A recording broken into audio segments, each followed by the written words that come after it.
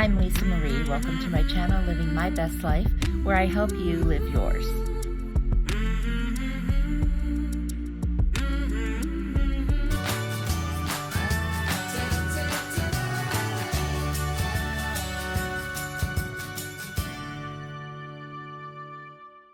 Today we're going to talk about a lot of English words that people use incorrectly. Basically, they think it means something that it doesn't. And a lot of these, you may say, I thought that too. It was kind of interesting doing the research for this one because I think I learned a few things. So let's get right into it. The first word is literally. Now, what literally actually means is actually, exactly, without exaggeration.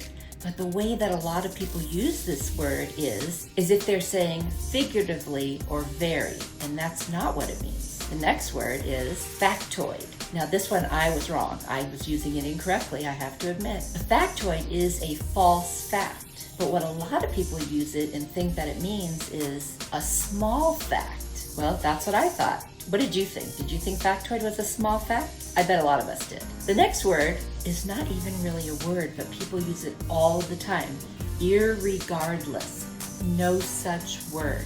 There is no meaning because it is not a real word. It does not exist. I mean, people say it, but it's not a word. And when they say it, they're using it to mean regardless, which by the way is the correct word to use in this situation, and despite circumstances. But just remember, don't put the IR before regardless because it's not a word. The next word is entitled. The definition of entitled is having or believing that you have the right to something. Now, the way people use it, though, is like when they're talking about what the name of a book or a movie or a play or whatever is. Like it's entitled Tom Sawyer, but that's not what the word means. The next word that people use incorrectly is ironic. What ironic means, it's something that's the exact opposite of what you would expect. What a lot of people think that ironic means is something unfortunate, and that is not the case. The next word is infamous. Now the definition of infamous is famous for a negative reason, but a lot of people use it as if it means you're very famous, which really if you use that for someone that you think is very famous, you're basically saying that they're famous for a bad reason. So it's really an insult, so you need to watch that one. The next word is inflammable.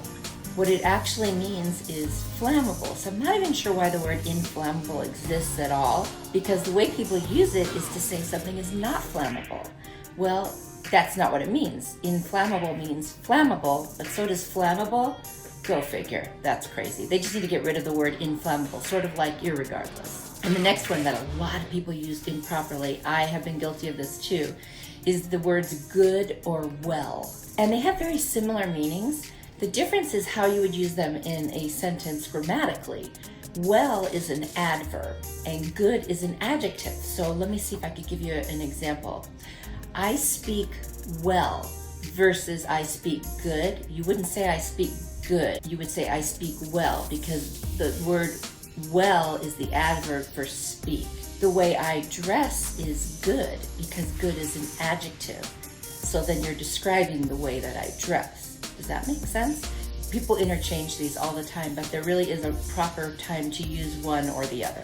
Well, I hope you learned something. I know I did. It's fun to dig a little bit deeper into the English language and sometimes just poke fun at ourselves and learn along the way. I like to do that. I've got several videos on expressions, funny expressions, or being relevant with phrases that are specific to certain generations and just what words mean. And I find that really helps you to live your best life when you understand language and how to communicate better and have some fun with it.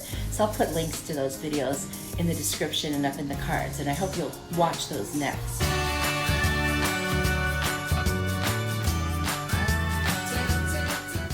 Bot, a program that runs autonomously and performs tasks. It behaves and interacts as if it were a user, and it's short for robot. So now you know and you can be part of the conversation. See you next time. Bye.